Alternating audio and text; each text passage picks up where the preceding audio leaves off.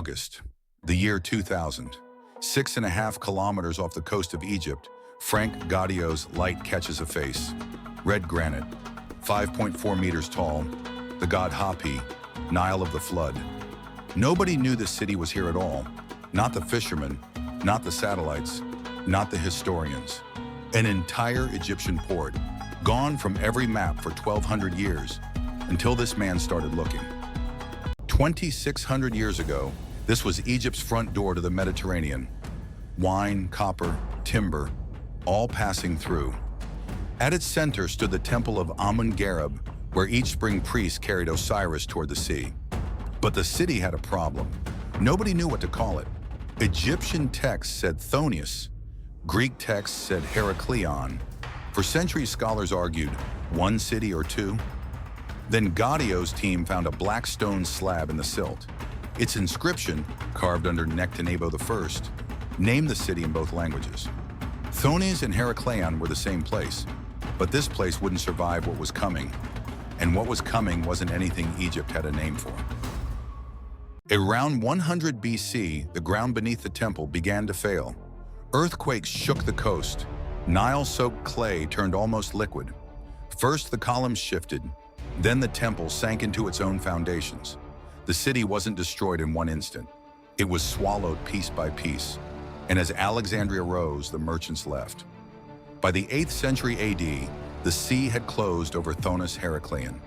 For 1,200 years, fishermen sailed over Amun's temple and never knew. In 1996, Franck Goddio brought survey gear into Aboukir Bay, magnetometers, side-scan sonar, years of false signals. Then in 2000, the seabed answered. Hapy, 5.4 meters of red granite, the largest known Egyptian statue of a god. And after that, the city kept giving back pieces of itself. A 4.9-meter Ptolemaic queen, 4 tons of granite, gold coins, still glittering in the mud. Then a boat unlike anything archaeologists had expected. Its design matched a vessel Herodotus described in the 5th century BC. He hadn't made it up. In 2023, they found a Greek sanctuary to Aphrodite, east of Amun's temple. Greek traders and Egyptian priests had shared this port for centuries. Silver ritual tools, gold jewelry, a lapis shed sealed beneath fallen stone. Then on November 1st, 2025, the story surfaced again.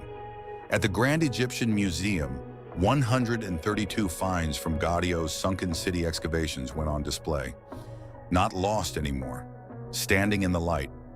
But the seabed isn't done, and what they've started finding underneath the temple wasn't supposed to be there. After more than 2 decades, Goddio estimates only 5% of Thonis-Heracleion has been discovered. And that 5% includes more than 60 ships, more than 700 anchors, 3 colossi, sanctuaries, processional routes. All of that from a corner of the city. We have better maps of Mars than much of our own seafloor.